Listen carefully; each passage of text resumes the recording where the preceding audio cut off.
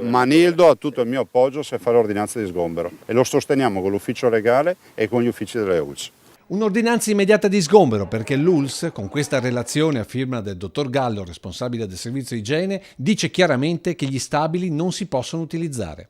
Un'azione chiara per fermare sul nascere quello che nel tempo potrebbe diventare il centro di smistamento immigrati della Marca. Una scelta che il governatore assolutamente non condivide, quella di utilizzare la caserma Salsa, al punto da lanciare un chiaro avvertimento al prefetto Marroso. La Salsa non è agibile e chi la tiene aperta si assumerà tutte le responsabilità. Non è possibile che a noi cittadini vengano richiesti i requisiti da sala operatoria per andare a vivere in un appartamento, in una casa, e che poi quando la regione dice che la caserma Salsa non è agibile, si vada lo stesso avanti e si mettano delle persone dentro la Salsa. Noi non siamo d'accordo, quindi chi decide si assumerà le responsabilità. Farete un'azione legale? Assolutamente sì. Come si persegue il cittadino quando sbaglia, è giusto che si persegua anche chi sbaglia. Perché per Zaia la soluzione è rimandare indietro i profughi.